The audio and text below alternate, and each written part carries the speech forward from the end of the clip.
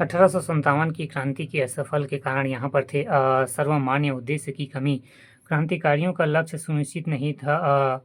झांसी की रानी झांसी हेतु नाना साहब अपनी पेंशन हेतु मुगल सम्राट अपनी सत्ता पुनः स्थापना हेतु लड़ रहे थे।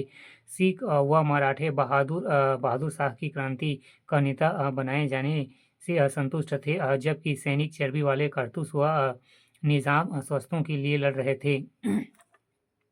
केंद्रीकृत तथा योग्य नेतृत्व का अभाव। विद्रोही नेता एवं एकजुट एवं संगठित होकर विद्रोहियों का नेतृत्व नहीं कर सके। उनमें साहस और वीरता की किंतु कूटनीतिज्ञता तथा सैन्य संचालन का अभाव था। अंततः वे अंग्रेज के कुशल सेनापतियों के समक्ष नहीं टिक सके। विद्रोह का समीक्षा एवं स्वरूप। यह क्रांति उत्तरी एवं मध्य भारत के कुछ हिस्सों तक सीमित थी तथा बंगाल, पंजाब, कमिश्नर, उड़ीसा, दक्षिण भारत तक यह क्रांति नहीं फैल पाई।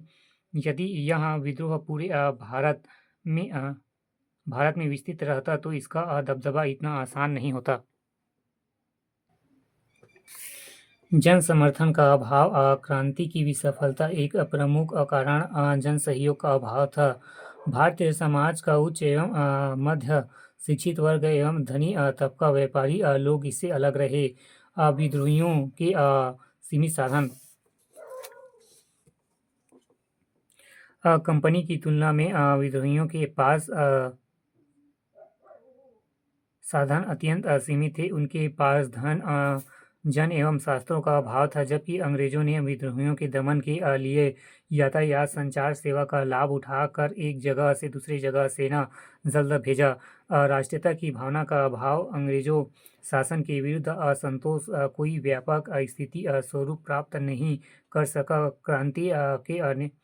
क्रांति के नेताओं के उपनिवेशवाद और उसके विरुद्ध ही की समझ नहीं थी। भारतीय अभी आधुनिक राष्ट्रीयवाद में अपरिचित नहीं थे। देसी नरेश एवं सामंतों की भूमिका। 1857 में विलवन में अनेक महत्वपूर्ण एवं शक्तिशाली भारतीय नरेशों ने अंग्रेजों का साथ दिया। सिंधिया तथा होलकर अंग्रेजों के वफादार बने रहे।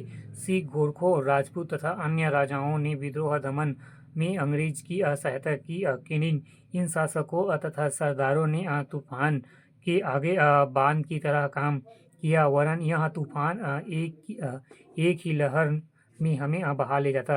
अंग्रेजों की अनुकूल परिस्थितियों एवं कुशल सैन्य संचालन।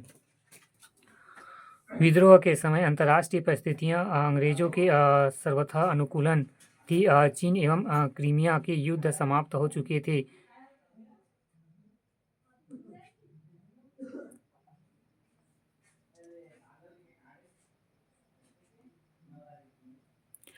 आधुनिक तथा प्रशिक्षित सेना एवं श्रेष्ठ अवगमन तथा संचार साधन। आधुनिक अस्त्र शस्त्र तथा उच्च कोटि के सेना नायकों की सहायता से उन्होंने इस संगठित विद्रोह को दबा दिया। 1857 के विद्रोह की असफलता में भारतीयों को यह सिखाया कि सिर्फ सैन्य बल के आधार पर अंग्रेजों से मुक्ति नहीं मिल सकती, बल्कि इसके लिए सभी वर्गों की भागीदारी और राष्ट्रीय भावना आवश्यक है। इसने भारत में राष्ट्रीयवाद के उदय को प्रेरणा दी। 1857 की क्रांति के परिणाम। 1857 का विद्रोह विफल रहा भी इसमें अंग्रेजों को अपनी नीति तथा प्रशासन का अमूल्य परिवर्तन करने को बाध्य कर दिया। कंपनी शासन का अंत। ब्रिटिश संसद में 1858 के अधिनियम द्वारा कंपनी का शासन समाप्त कर दिया और भारत का प्रशासन ब्रिटिश सरकार ने महारानी के नाम पर सीधे अपने हाथों में ले लिया। सभी देसी रियासतों को ब्रिटिश पैरामाउंट्स के अंतर्गत लाया गया। भारत सचिव एवं इंडिया काउंसिल। 1858 के अधिनियम के तहत भारत सचिव के नियुक्ति एवं गवर्नर जनरल को वायसराय का दर्जा दिया गया। उसे सीधे सम्राट के प्रति उत्तरदायित्व बनाया गया। केनिन प्रथम वायसराय था। महारानी की घोषणा। 1 नवंबर 1858 को इलाहाबाद में शानदार दरबार में महारानी विक्टोरिया की घोषणा पढ़ी गई, जिसमें नवीन शासन नीति का उल्लेख किया गया।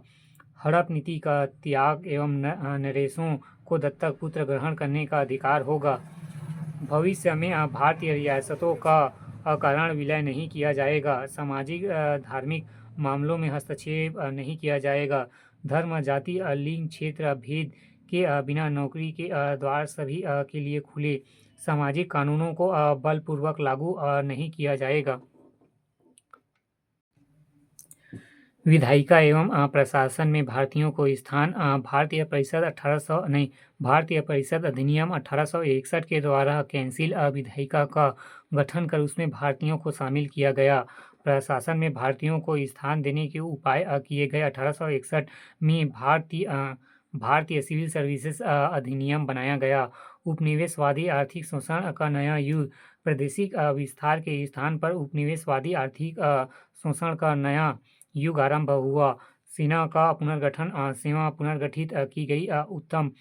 उत्तर भारत में सेना में भारतीयों एवं यूरोपीय सैनिकों का अनुपात 2:1 रखा गया। महत्वपूर्ण पदों पर अंग्रेजों की ही नियुक्ति की गई। अंग्रेजों को सहायता देने वाले गोरखे एवं सिख राजपूत को लड़ाकू जाति घोषित कर सेना में भर्ती किया गया। उत्तर भारतीयों को गैर लड़ाकू जाति घोषित किया गया। फूट डालो और राज करो की नीति। हिंदू मुसलमान को बांटने का प्रयास किया गया। फूट डालो और राज करो की नीति अपनाई गई, जिससे भारत में सांप्रदायिकता की समस्या उत्पन्न हुई। मुगल वंश का शासन समाप्त। बहादुर शाह जफर की मृत्यु 1862 में रंगून में हो गई और इसके साथ ही भारत में मुगल वंश का शासन समाप्त हो गया। 1857 की क्रांति का स्वरूप। 1857 की क्रांति का स्वरूप के संबंध में अनेक मत प्रचलित है। कुछ इतिहासकार इसे सैनिक विद्रोह मानते हैं, कुछ इसे राष्ट्रीय आंदोलन की संज्ञा दी है। सैनिक विद्रोह मात्र सर जॉन लॉरेंस सीले एवं पर्सिवल स्पीयर इत्यादि साम्राज्यवादी इतिहासकारों का यह मानना है कि 1857 का विद्रोह मात्र सैनिक विद्रोह था। यह सैनिक असंतोष के कारण उत्पन्न हुआ और सैनिक ही इसमें शामिल थे। हिंदू मुस्लिम षड्यंत्र के रूप में 1857 की क्रांति में को हिंदू मुस्लिम षड्यंत्र के रूप में देखने वालों में जेम्स